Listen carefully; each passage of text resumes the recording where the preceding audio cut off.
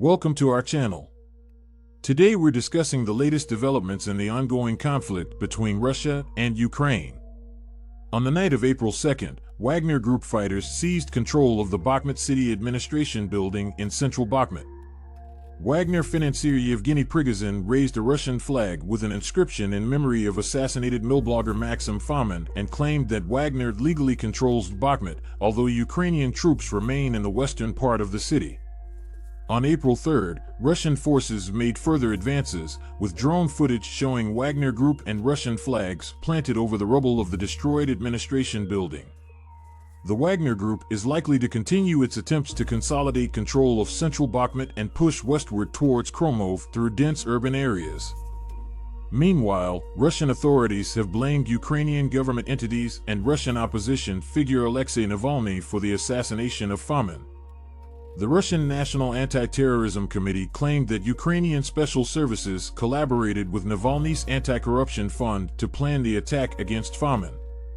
Kremlin spokesperson Dmitry Peskov claimed that the Ukrainian government may be behind Fomin's death and cited the killing of Daria Dugina in 2014 as justification for a special military operation.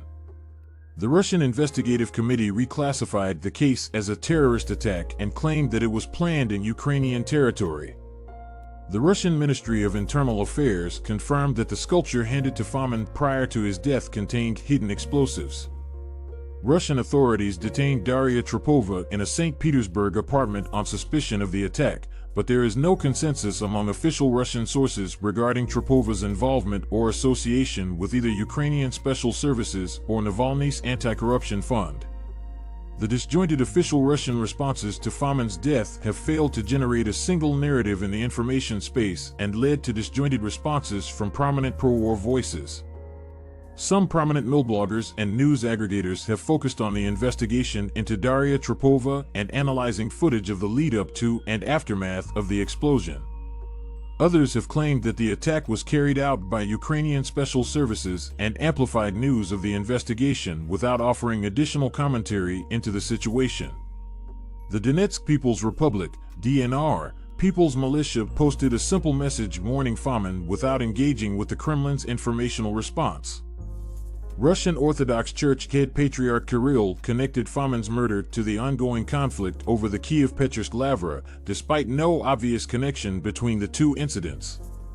As Russian officials try to galvanize an official narrative around the National Anti-Terrorism Committee's investigation, Russian millbloggers will likely increasingly criticize the results and conclusions of the investigation, and Fomin's death is likely to become a major point of information space neuralgia. The absence of a coherent narrative in the pro-Russian information space is reminiscent of responses to Ukraine's successful Kharkiv Oblast counteroffensive in fall 2022, when the Kremlin's propaganda machine initially failed to define a rhetorical line to respond to massive Ukrainian gains and caused an information space breakdown that manifested in disjointed responses across the entire pro-war community. In addition to these developments, Russian security services are reportedly continuing to confiscate the passports of senior officials and state company executives to limit flight from Russia. The Russian security services seek to prevent senior officials, ex-officials, and state company executives from traveling abroad, indicating that the Kremlin continues to fear elites will flee Russia. According to Sistema, a current-time TV and Radio Free Europe/Radio Liberty Associated investigative project, Russian security officials have told government officials and employees of state-owned companies to hand over their passports on threat of forcibly revoking an individual's passports or forced resignation. That's all for today's update on the ongoing conflict between Russia and Ukraine. Stay tuned for more news and analysis. Thank you for watching.